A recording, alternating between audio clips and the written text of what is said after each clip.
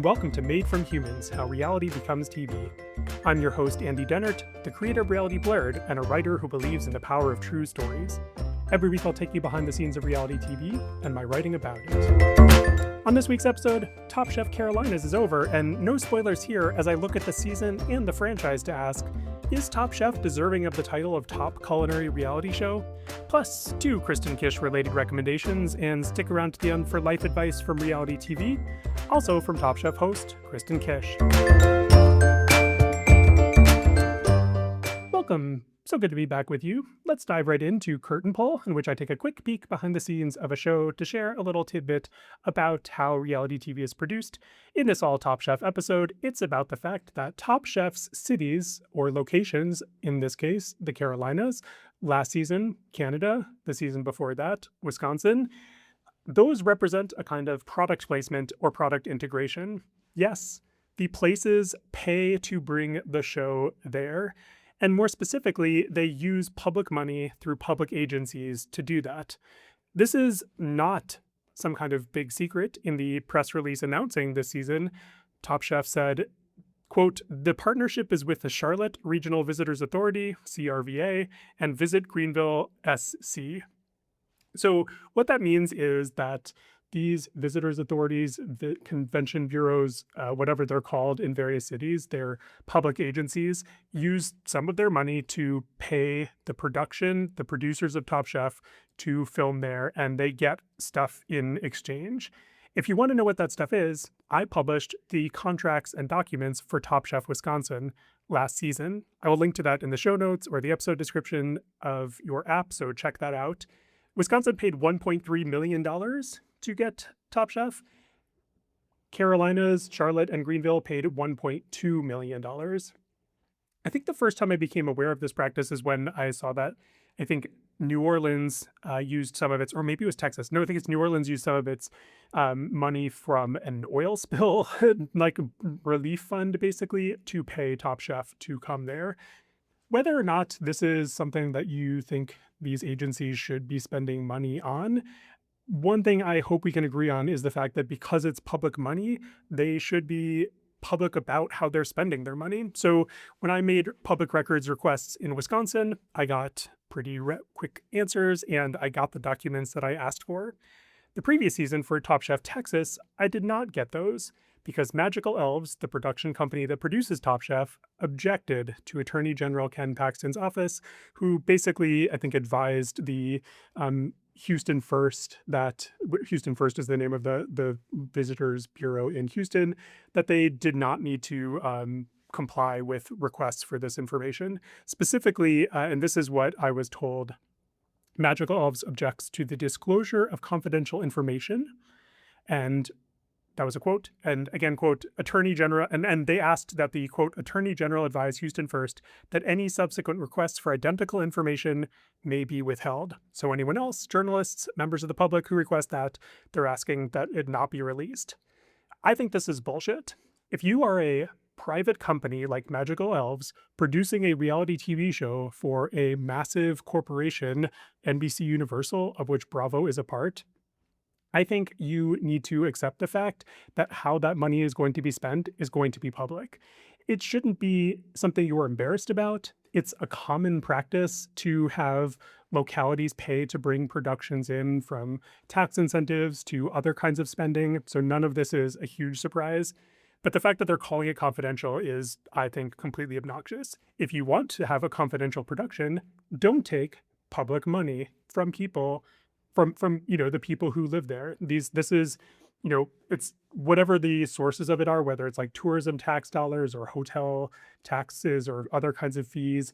All of this is supposed to be money that is spent and by these agencies to help the places where they are. You might think that this is a very good use of the money. $1.2 million, you're getting all this advertising on Bravo, you're getting your name out there. Maybe the same thing is true of Wisconsin, and you can see exactly what they got, like the number of restaurants, the number of local chefs mentioned, the number of times Top Chef Wisconsin would be referred to, and it's really specific what they're getting for their money. Basically, it's essentially buying an advertisement. And again, maybe that's really valuable, but I also think that it should be disclosed, period. And I'm glad that The Charlotte Regional Visitors Authority disclosed that amount to me, $1.2 million, although they ignored my subsequent request for the actual documents, which I also think are public. I actually made a public records request that I thought was pretty easy and simple. I just asked for the contract. Public records also include public agencies, email records, other kinds of conversations, transcripts of meetings. I could have requested every single email message that came from Magical Elves to a member of the Charlotte city government. I did not do that. But they decided not to send me the documents anyway, and I decided not to spend money trying to fight this with a lawyer or otherwise because, better things to do with my time at the moment. But yeah, so that is how Top Chef Carolinas got its name, and we'll see which city or location pays to bring them next. Okay, on to Review, where I analyze a season or seasons of a show. This is a new feature that I've just named Review as a nod to Picture, the Mr. Rogers feature where you would sit down in front of that painting on the wall and it would turn into a magical video and take us deep into something else. So we're going to look at a review and then go deep into it, either through seasons or through an entire season. In this case, both of them. The reason I'm asking the question whether Top Chef is actually the top of the culinary world is because it is treated that way. It is the show that I think people think about when they think about high quality, top tier reality television. I think that that's some people who watch it, and also maybe some people who don't, but just think because it's on Bravo and called Top Chef and involves some really high quality people, that it is top. But I'm also asking it because this season feels like Bravo has basically treated the show badly. They moved it from its Thursday night slot to Mondays, which I thought maybe was a good thing to put it after Below Deck, maybe helping get some more viewers. But the result of that has been changing the time that it premieres over and over and over again, making us wait through Andy Cohen's miserable fucking whatever that talk show thing is for a half an hour before Top Chef starts. And that was true last night of the finale. Again, don't worry, I'm not going to spoil the finale's results, so I'm not going to talk about the winner here, but the finale started at 9:45 p.m. on a Monday. Maybe they have really good data that says that people aren't watching it live, and so they're basically like, hey, if you're watching it live on cable, fuck you, who cares? And everyone else can watch it on their DVRs and on Peacock the next day, which, to be honest, is what I did for a big chunk of the season. Last night I just watched the finale live because of my schedule this week. I had no other option except to stay up late. I'm also wondering about where Top Chef stands in the landscape overall, because of the way that it feels this season to be smaller, like kind of, I don't know, dying is the wrong word, discarded maybe a little bit. One example is the fact that the finale, again, no elimination spoilers, but the finale just took place at the Top Chef kitchen in Charlotte. They cooked at a restaurant and served a 4-course meal, as is the usual final challenge on Top Chef. And that was it. They didn't go to another city in the Carolinas or anywhere else. Last year, they went to Milan. Previous seasons, they've gone all over the world and all over the United States. Granted, sometimes they haven't moved that far, like Top Chef California finished in Top Chef Las Vegas, finished in Las Vegas. So that's not that much of a distance. And Top Chef Colorado ended in Aspen, which maybe you could argue means that they didn't move either. But until now, the only season of Top Chef to finish and conclude its season in the Top Chef kitchen, basically, and not move anywhere, was Portland, which was the pandemic bubble season. And of course, that was a necessity requirement, not a creative choice. But between the fact that they didn't go anywhere for the finale and we had fewer Last Chance Kitchen episodes and the amazing spinoff, The Dish with Kish, was canceled or didn't come back this season, it just feels like Top Chef is just kind of sliding away. Now, last year I wrote a piece at the end of Top Chef. I was going to say Carolinas again. All these C's, California, Carolinas, Top Chef, Destination Canada, to not confuse it with Top Chef Canada itself. I thought that was not a great season in terms of challenges and locations because they mostly stayed in Toronto. I'm fond of joking, and I'll just make my own joke here again, that it was Top Chef Toronto studio edition.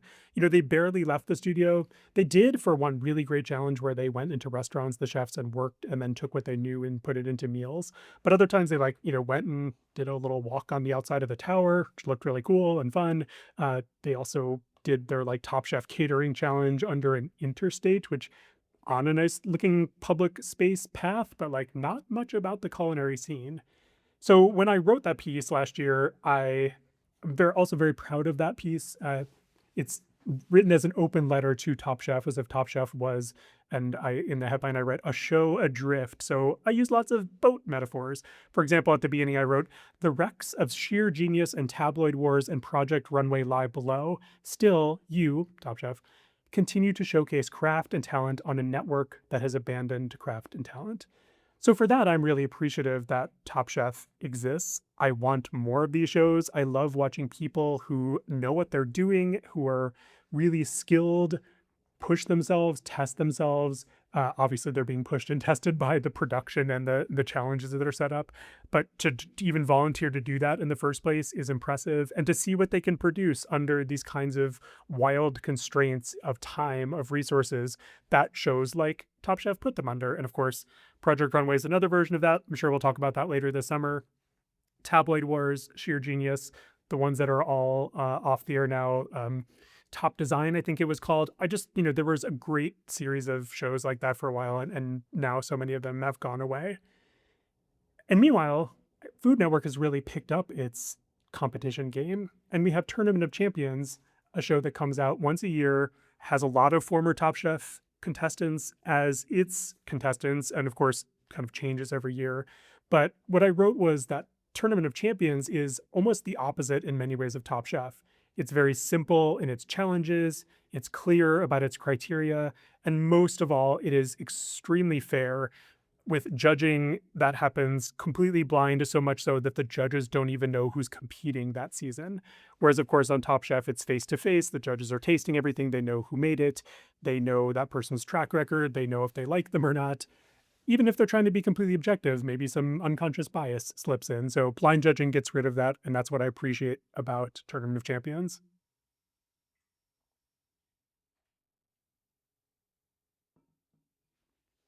Meanwhile, Top Chef is still doing things like stunt casting. Obviously, it's not new to have brothers like the Voltaggios have entered the chat here, but this year we had twins and they got a lot of focus, way too much. And in fact, I was so glad when Jonathan's brother, whose name I've already forgotten, left the show because we got to meet Jonathan by himself and I liked him much better as an individual. That's probably less to do with Jonathan and more to do with the editing of Jonathan and his brother. They had this ridiculous husband, wife who aren't actually married couple on the show. And I say it was ridiculous because she got injured, which, I'm very sorry about that, but then like kept skipping challenges and then eventually had to drop out.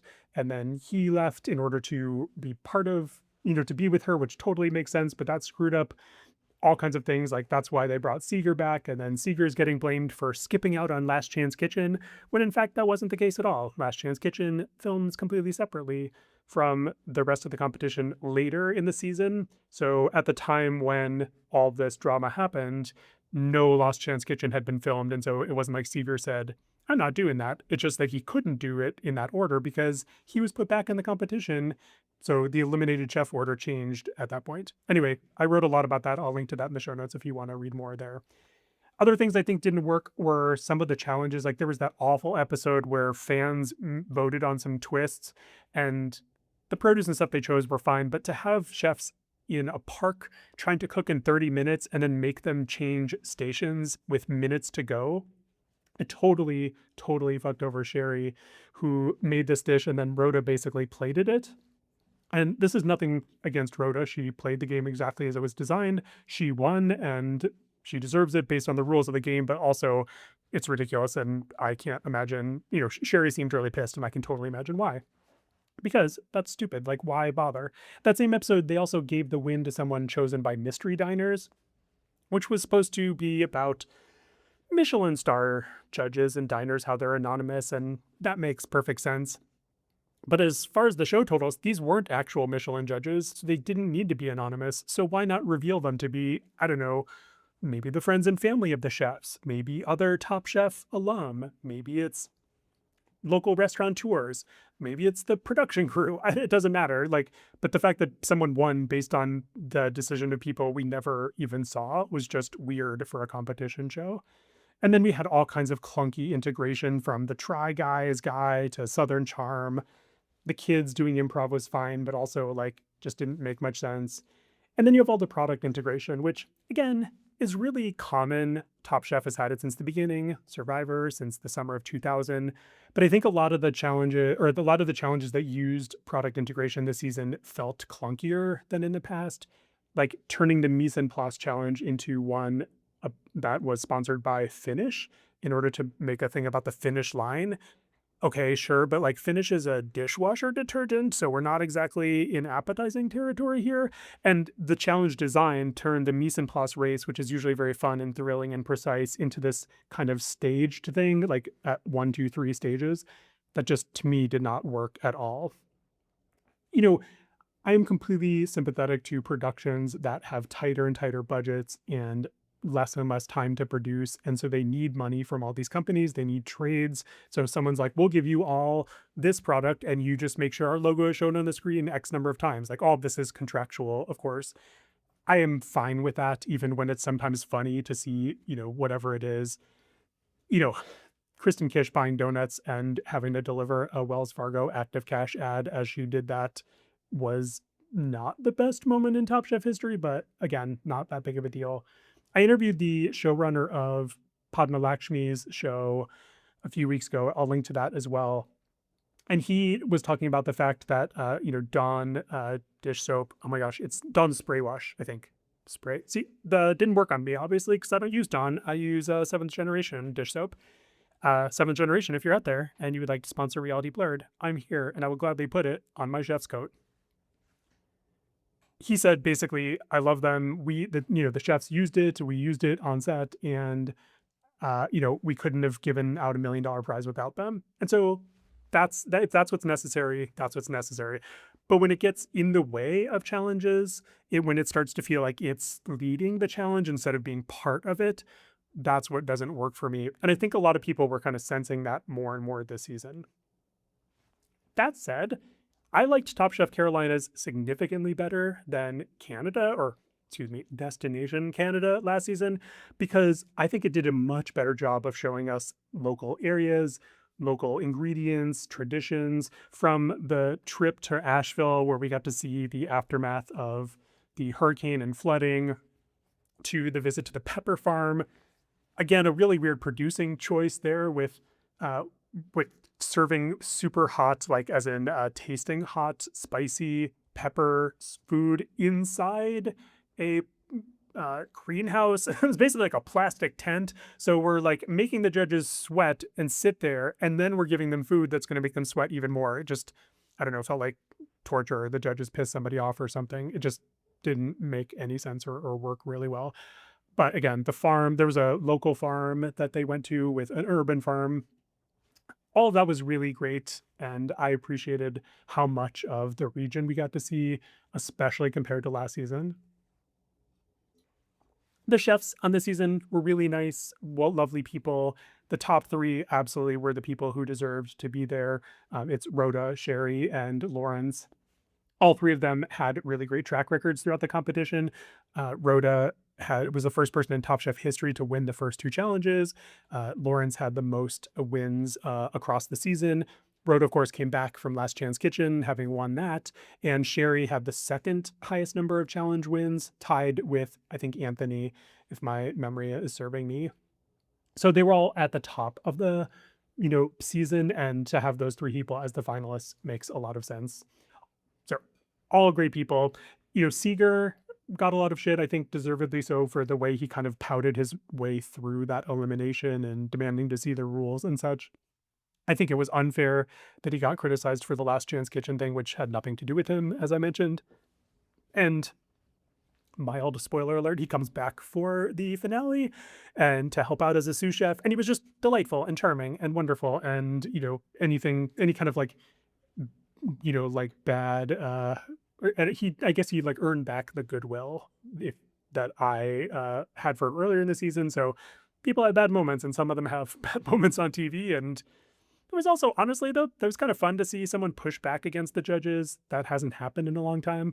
It's just too bad that Seeker did it on a dish that was so obviously completely just trash, and no one wanted to eat it, and it looked gross, and it sounded bad, and all the ideas and choices that he made, or all the choices that he made to serve it, just did not work. So anyway, really great cast, fun personalities. So I think overall this season is much better. And I always want to say that I think Top Chef is doing an excellent job.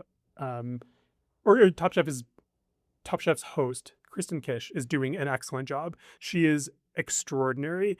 She brings a completely different energy to the show than Padma did. And of course, that's because they're two different people, but also because Kristen has been through Top Chef, and so she understands the contestants and their experience in a way that no one who hasn't done that could understand. So her level of empathy and concern, and the way she chokes up in certain moments, realizing how important they will be to people, I just love that. And I love Kristen. So overall, lots to love, a lot that I wish would change. And I also just think it's worth noting that there's a lot of other competition shows out there that are doing things better than Top Chef. So I don't want Top Chef to go away. It's not one of the worst shows on television. It's pretty great overall, relatively speaking. But I also wish that Bravo would back away from the Bravo-ness a little bit, like let the show breathe a little bit, maybe give it a little bit more money and a little bit more respect. I wish the challenge design would become a little cleaner. The criteria would become a little more direct and clear to us as viewers and to the chefs themselves, just so that it can kind of start to match the energy that other shows provide. Okay, on to recommendations, where I share things that are bringing joy and entertainment into my life.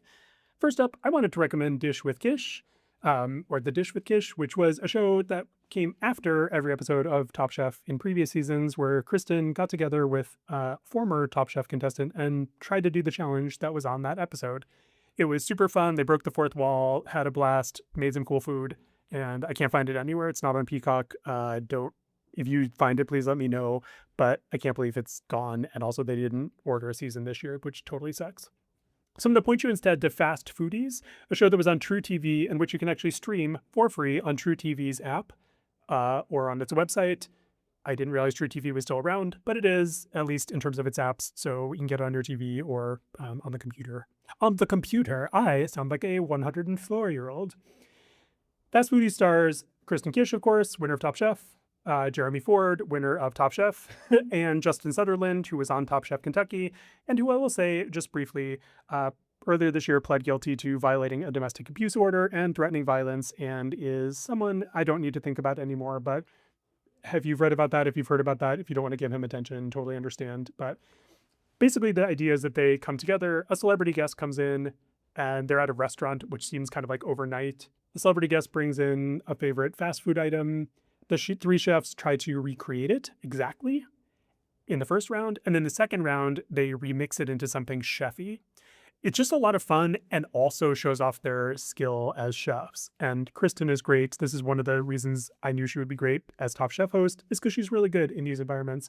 So check out Fast Foodies, really fun culinary competition. And just, it's a lot of silliness, kind of almost like the energy that Nailed It brought. Not quite as zany, but similar. And my second recommendation this week is a collection of Pride books that I put together on bookshop.org. I say Pride books as if that makes any sense. It's a collection of queer true stories, mostly memoir by queer people, and also books about queer people like Marsha P. Johnson. And among those is Kristen Kish's memoir, Accidentally on Purpose. I've read excerpts from it. I haven't read the full book yet, but everyone who I've talked to who's read it loves it. So check out her book and also those other queer memoirs and true stories, because it's Pride Month this month. And also, it's Pride Month every month here at Reality Blurred headquarters. Okay, that's everything for today. Thank you so much for listening. Send me your feedback, questions, and thoughts. And if you're in a 5-star mood, please tap those in your podcast app of choice. Your ratings and reviews really do help me out. Our theme song is Cheery Monday by Kevin MacLeod. And this episode is by me, Andy Dennert, and is copyright 2026 by Reality Blurred LLC, which is also me. You can find me at realityblurred.com and andydenner.com. I'll leave you today with life advice from reality TV, this time from one of Kristen Kish's best moments this season on Top Chef. Honestly, I think she should win an Emmy for this moment because it shows her skill in transitioning between the multiple levels of hosting that she does on the show. But this is when, at the beginning of the season, the chef was melting down and Kristen got up to talk to her. And although her advice is very specific to this moment, I think it's the perfect thing for all of us to remember, even in situations that we think are high pressure or must deliver. Hey, take a breath. You want to sit down? Okay, come here. Sit. Sit for a second. I'm going to tell you something. It's okay. It's okay. I get it. Yeah. I get it. It's overwhelming. What exactly is making you upset? The plates that I'm dropping on you guys are not finished. It's not finished. They're not finished. Okay? Oh, gosh. Whatever happens here, no matter what, you are still a phenomenal chef. Yeah. We all have bad days, and it's okay. Yeah. Okay? Okay. Just let it out. It's okay.